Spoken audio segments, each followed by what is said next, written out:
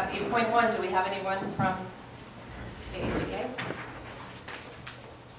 How about CSU? Do you have anything for us tonight? Okay.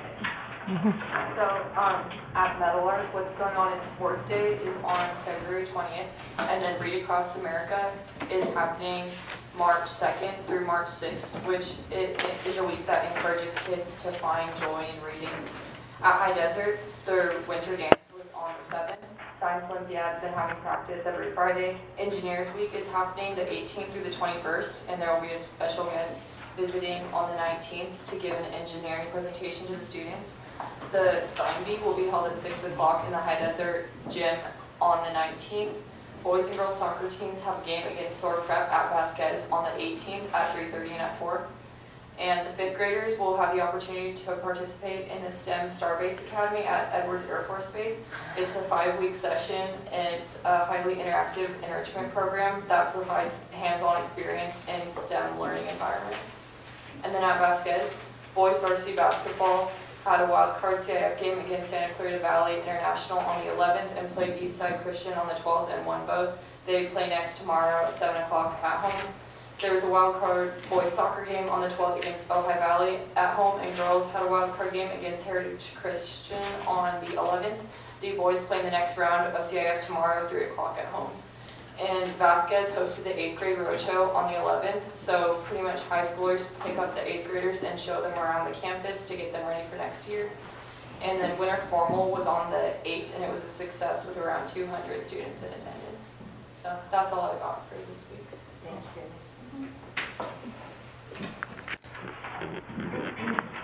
Okay, Ms. David, do you have anything for safety report tonight? Yes, we do. We have a number of items. The first item is that we'll have an update on the annual safety plan presented for first read later this evening.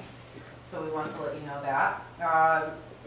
We also wanted to let you know that there's a site safety assessment to be conducted in the next 70 days by Palms Risk Services. The reason we're not giving a specific date is we want to have all the conditions exactly like a regular day. We don't want anyone to do any preparation ahead of time. This is a company that is actually provided as a benefit to all members in CIRMA 2, which is a joint powers authority. In other words, a group of districts that go together to get better rates on services. It's the same company that provided training to all the schools in Santa Clarita Valley, including the high school district. So we feel confident that they'll be able to give a thorough assessment and provide any training that's necessary. The goal of the assessment is to identify vulnerabilities, weaknesses, and response and recovery capabilities within the district. They will observe and test both human and physical security measures and make recommendations to improve any identified weaknesses. The primary areas of focus include exterior site observations, building design, current security measures, and current policies and procedures to the degree to which they're followed or any changes that need to be made, and then follow-up training recommendations that we can choose to do. So that is coming in the next 70 days. That's something that we had actually anticipated doing before any of the recent events, but this was on our schedule, and so as I noted, we don't want to share the actual date because we didn't want to. So it's just going to be a show-up date at the sites? It's actually 2 different dates so that they can see if conditions on one day may be different than the other to ensure any weaknesses or vulnerabilities we may have. All 3 sites? Yes, all 3 sites in the district office as well. On separate days? Yes, 2 different days, and then they'll create a report and give us any recommendations and talk about training that may be available to staff, students, or families that we can choose to based on their recommendations. Also, as far as the voting that's going to be happening at Meadowlark, site and district staff developed a plan to ensure the safety of students on voting day. Special thanks go to Ms. Toledo, Ms. Hillary, the custodian Eddie Romano, and to Mr. Mora, our district maintenance worker, for coming up with these plans.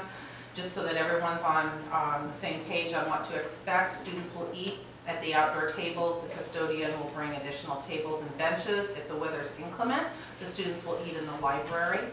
Poll worker and voter entrance will only be accessible at the side door of the NPR, and there's no need for the voters or poll workers to come into the office or any area beyond the MPR. Additional employees from the district will monitor the area between the hallway and the MPR to make sure that nobody enters into the building. Office will create extra signs so voters know where to go, and the signs will be placed in various areas so people are directed properly. And then Mr. Moore is bringing in portable restrooms to be placed outside in the parking lot so that nobody needs to go into the building. And then supervisors will strictly monitor the students entering and exiting MPR to pick up their hot lunches and then go to outside or the library. So we believe that we've got safety covered to ensure that there's, no disruption to school, school learning or operations, and students will be safe. And that's it on the safety report. Okay, then we move on to 8.05, the gold standard report. Can you report? Yes, we have 3 items. The first item was the talent show was a great success with many positive comments about the exceptional talent displayed by individuals and groups. Collaboration between our community partner ASMO and the district supports our gold standard number 3, community engagement. So we were pleased to have that opportunity and great feedback. Strategic Plan Committee is meeting next Tuesday for a status check to provide additional input, discuss any possible updates to the plan. Ongoing participation of committee members ensures continual growth in all areas of the strategic plan, which is 5 areas, which include student achievement, instructional and leadership,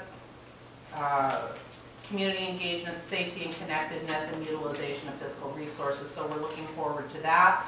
The Polar Plunge fundraiser was another example of our gold standard number 3, community engagement, with parents and staff joining our superintendent, Mr. King, at this event, and I believe we have a video to share about that. I have for gold standard report. Thank you. How about 8.06? 8.06, yes, I have some items on there as well. The first item is a notification, a reminder that the Stay Gold Parent Luncheon will be April 7th at 11:30 at Vasquez High School. As Ms. Fox mentioned, the first session of Starbase, a STEM program for 5th grade students, allowing them to engage in hands-on learning, will be at Edwards Air Force Base beginning next week. So we're very excited about that opportunity for our students. I actually had, when they opened it, the opportunity to go see the ribbon cutting at the base, and it's really inspirational. Very hands-on and just amazing that we get to be a part of that and our students get to see what it's really like to be on base. The facilities update from Mr. Mora that we provided, there were roof repairs at both Vasquez and Acton campus to make sure that our campuses are safe and healthy. Quotes for safety improvements are in process. We're looking at possibilities of film on the windows, entry systems, additional cameras. We're getting quotes for it, and then with the input of from the POMS assessment and their guidance on what proves to be most beneficial with ensuring safety, we'll run some of those ideas past them and see if they have additional ideas. But we're in the process of getting quotes so that we're prepared to move forward quickly if they have recommendations for any changes. Asphalt repair is completed at Aadusd campus, and the asphalt repair at the parking lots here at the district office, as well as the play areas at the Acton campus, is pending. We have the quotes, and we're ready to move forward. We just need to find a time that's beneficial and not going to access to the campus. District nurse has been working with the public health department on the respiratory illnesses at Meadowlark. Custodians sanitized and disinfected the school last weekend, and they will continue to provide additional disinfecting on all services daily to ensure that we're minimizing any additional illnesses.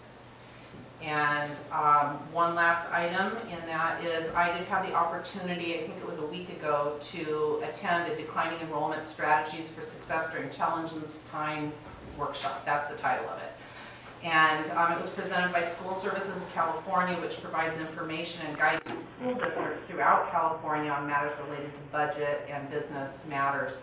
Many districts actually brought teams. I attended. I wasn't sure what to expect specifically. They're the same ones that give us, information about budget. It may revise and governor's budget. And this is a new session that they had. I was able to attend at no cost to the district because of the work I do with USC. And, but as I mentioned, a number of districts bought teams. So I did give you a flyer. There's a date on April 4th, I believe, in Corona Norco, that if any of us wanted to attend as a team, okay, yeah, thank you, April 3rd, yes.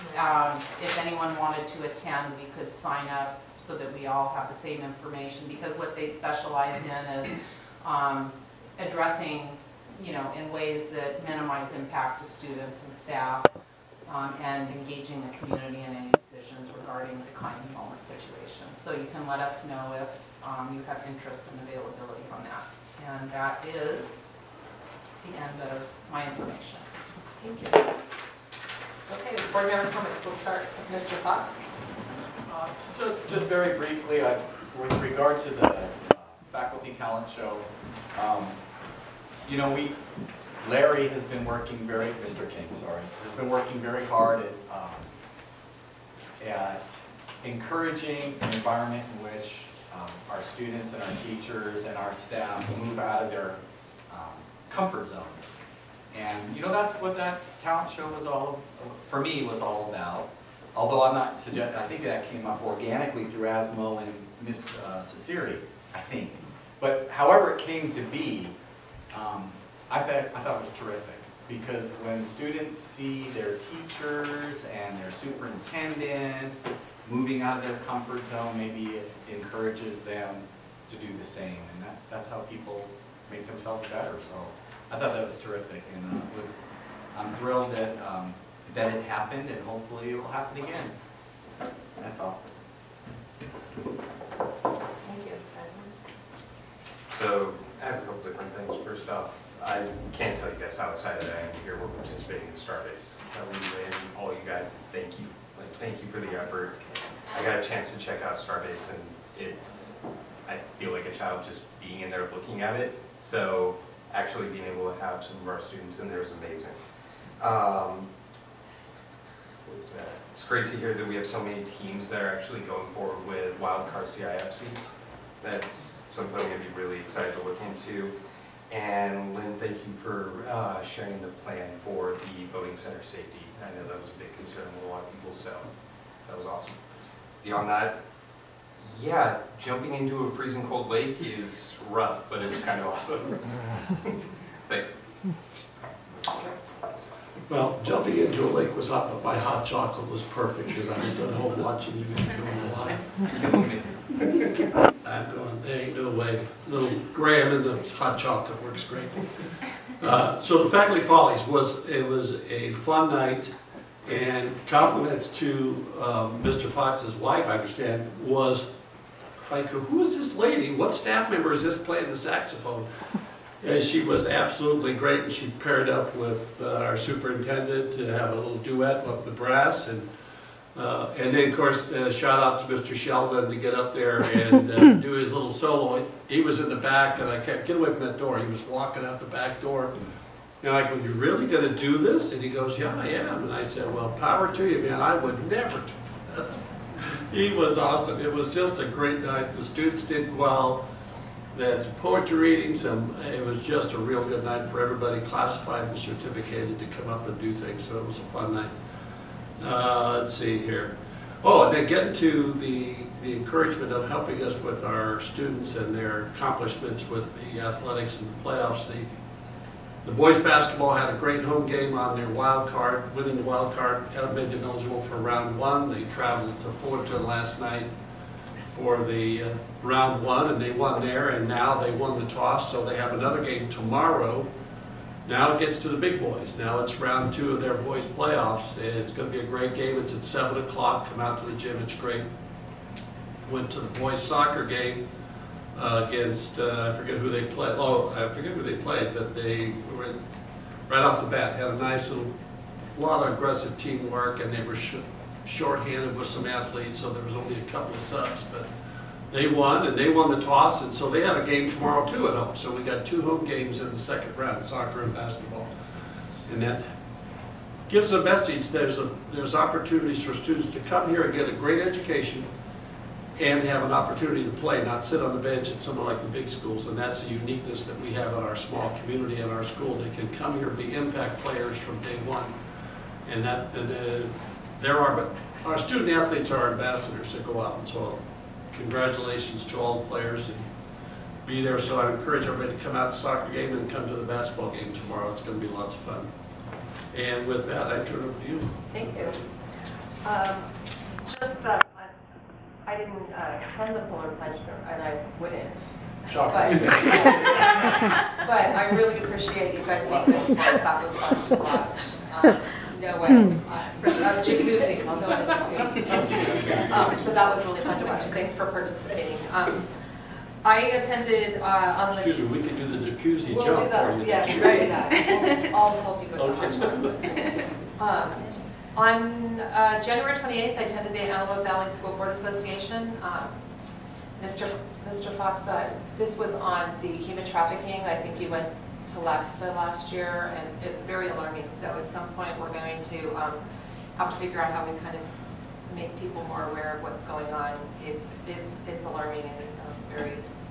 We just want to make sure all of our kids are safe. And one thing I did take away from that is when our students have cell phones, they can easily just kind of get, obviously they all have cell phones, but they can easily get into some serious situations thinking they're talking to someone that they're not really talking to. So we got a lot of information. Lynn attended also, so thank you for attending that with me. And then on the 29th, I attended the LACSTA down in, I think it was in Health. I think that was maybe, I don't know where I was. It was far.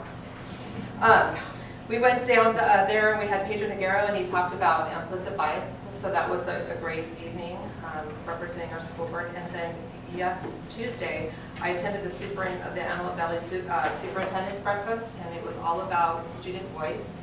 So I'll be sharing with Larry some things that we were doing was that they presented about student voice that would be really great for our students, and it would really help with, be really great to go along with our gold standards. So I'll be sharing that with Larry at some point and giving him some information that we can look into giving more student voice.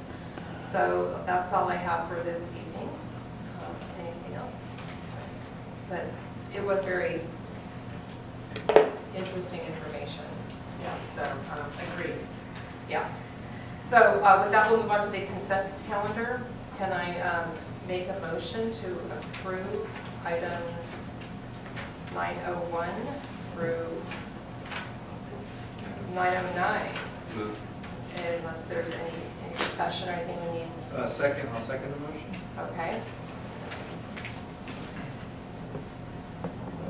Can I get a call for the vote? Any discussion? Yeah. can I ask? No discussion. Okay. Call for the vote? Aye. Okay. That takes us, well, before we move on, let me, I would like to, well, would you like to I would. introduce what we just approved?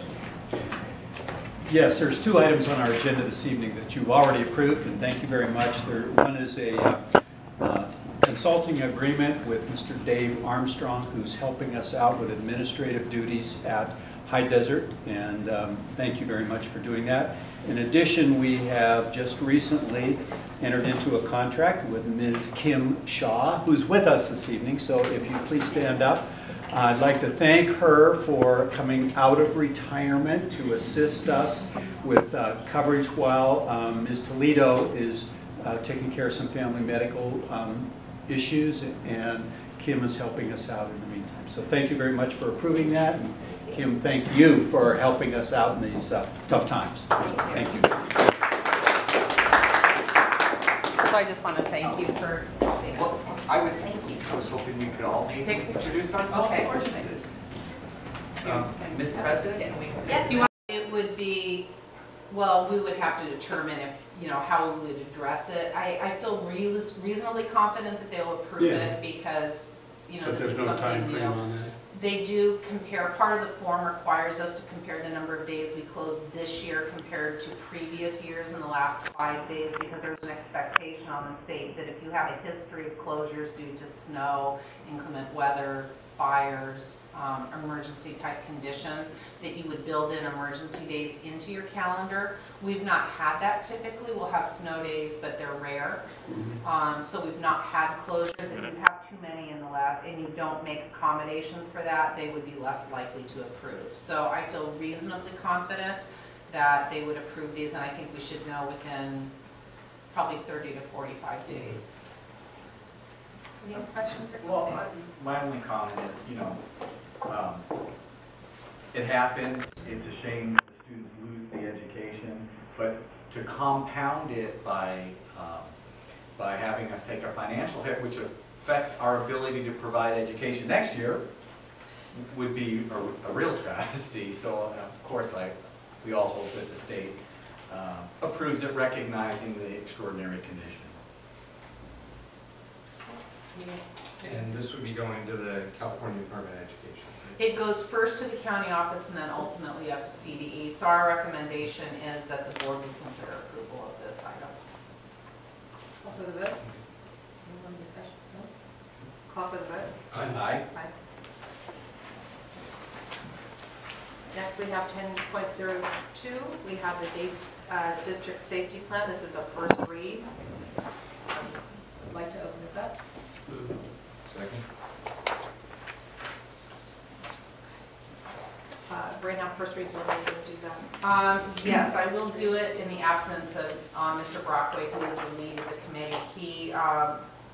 He is leading the committee in the safety plan. It's a group made up of district employees, both classified and certificated, and community members. He unfortunately fell ill this afternoon and isn't good to be around the public. So I will cover the items for him. They're actually very minimal revisions to this. He did, I think, a great job of redlining them and putting a cover page. The changes that are involved, on the cover page, we updated the names of board members and positions. Change in district administration was updated. On item Roman numeral 3, the terms crime statistics were changed to incident statistics, and we also changed the terminology discipline statistics analysis to incident statistics analysis, so that it's not necessarily just crime, but it's certain incidents that would be noteworthy and that we're keeping track of. We updated suspension and expulsion rates graph. Data was pulled from DataQuest, which is a statewide database on the California Department of Education website. And they updated the narrative to that suspension rates doubled last year over the previous year, but expulsions remain at 0. Crime statistics was on page 4 was changed, again, terminology only. Incident statistics is the new terminology that's used, and that aligns with the language that's used on data reporting. The graph was updated again based on that information, and it mirrors the terminology mirrors what's on the state. It would be called violent incident, illicit drug related. So we're looking at those to continually improve on those. And the information that's available to the public does not necessarily indicate where the incident ended in what type of a disciplinary measure. And on page 29, AED use and training language was updated to include that we've already made those things happen. We've already implemented the AEDs in all the school and conducted training. And then in the last pages, updates to personnel titles and updates on enrollment. Thank you. So I don't know if there's any I have a question. questions. I think Mr. Ortiz is part of that also, so he might be able to answer any questions that you have as well. I guess my question is, it's not so much that it's an update, the update makes it clear that there are some statistics changes. And I understand, of course, the illicit drug related because of the popularity of vaping, unfortunately. But is there any, in seeing these change in numbers, the change in statistics on violent incidents, is there any thoughts about, is it we're reporting differently, or got a particularly couple of troublesome students that we're dealing with? I mean, that's a market increase in or a different in the definition that's being applied, and hence more reporting. It's a little bit of both. There have been a few students that needed additional support and working with them. But the other thing that's noteworthy is in the state, suspensions used to be only if you were actually suspended out of school for the day. In recent years, there's changes in the way that's reported. So for example, if a student is removed from their learning environment, even for a short duration, like if they're removed from a teacher's class because the teacher does have a legal right to suspend them from the class, if they're removed from their learning environment into the office for a timeout, that actually triggers as well as And a that suspension gets counted count. as a violent incident, which is specifically what I was referring to. If they were removed because of, so for violent incidents, I believe that piece would be because we did have some students that needed a little extra support.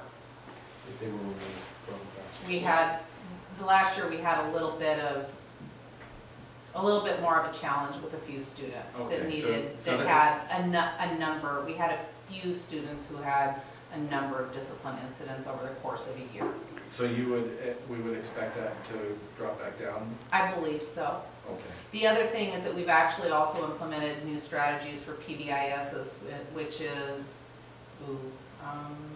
PBIS, let me think what it stands for. Basically, it's positive behavior in support. But it's just, that's just, you know, if you look at the numbers, it's that particular, I understand, like I said, I have, the weapon thing, it's a small number, it's 0101 toggling back and forth. Even willful defiance, it's a small number. The illicit drug is vaping, but then you look at the violent incident and wonder what, you know, is going on out there with, is it difference in definition, or? It is partially that. The state has changed. You used to be able to, if it's a student, back in the day, if a student got in maybe a fight, it would be called disruptive behavior. Districts are no longer allowed to use 48900K as an item. So anything from if kids get in a slapping fight, which is not okay, Right. but you know, that goes down as a violent a incident child, in you know, the new squabble county. that involves any kind of physical altercation, there's no differentiation All right. between that and I think what most reasonable people would consider violence. I understand. And I'm not No. certainly saying that any hands on anybody is okay, I but understand, there is no way to differentiate between that and, And the counting methodology has changed, you just said, by the definition. And so that's one contributor.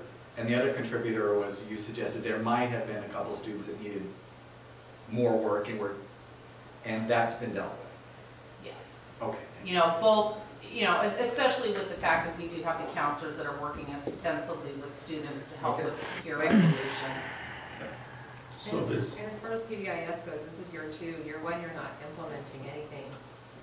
This is just kind of where you're starting to kick off and train people. So this would be our year 2.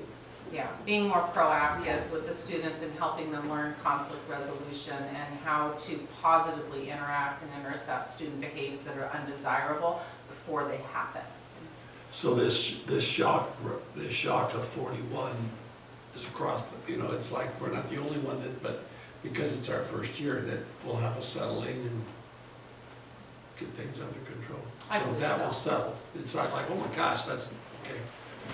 Because obviously there was, with 1111, either because of the change in the definition and the categorization of it, a lot of things weren't there, so we get that, okay, so now next year, now we know, we have the intervention through PBIS and stuff, so we'll get that settled and get it back down. you. Well, Right, and I think it is related also to the way it's reported, because the law changed, school Yeah. districts can no longer use 48900K, which is disruptive behavior.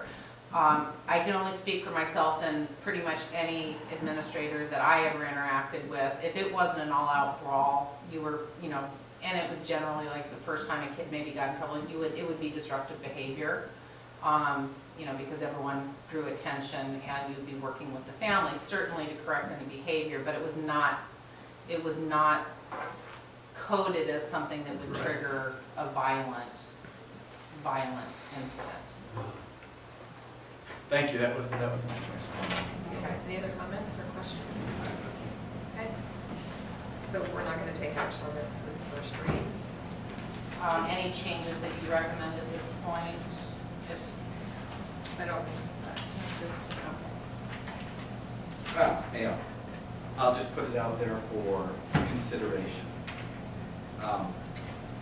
Because this is going to be a public document, and because of those marked increases, you might want an explanation that between 2016, 17, 2017, 18, and 2018, at least a footnote on the chart that the definition of a violent incident has changed. And therefore, the reporting and the metrics are going to reflect that.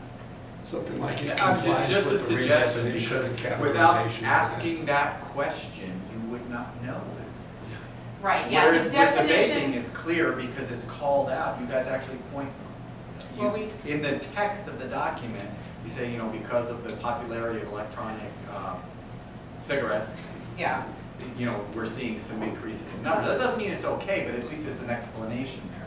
right, so And noted. where there's a chart Yeah, we comparing don't- metrics, yeah. and the metrics are different. So Yeah, we should don't know actually that. have a way now to do what would have been a more. All I'm minor suggesting measure, so is that yes. there be a footnote or something that said metric collection is changed in accordance with changes in state law, or something like that. Before we report something out, we gotta get the hard facts and data before we assume them. Correct, The I'll reason confirm why. that, but that's what I We believe don't wanna to know report out from. to our community. dialogues, right. Data that's not correct. Thank you. That's all I'm saying. Mhm. That was my own. Anything else? Future agenda items. The items that we have, we are still working on the science textbook book adoption. I know that Mr. Brockway is leading that up. We're in process with that. That will be probably, I believe, not until late April, early May, but we will be bringing that to you. We are working on it. The committee is in process. District civility clause update we'll be bringing to you in the future. We have second interim and budget study session, and some advertising, board policy and AR updates, and then career connections. So we have those things coming in the future. Anything else? Does anyone want to add anything?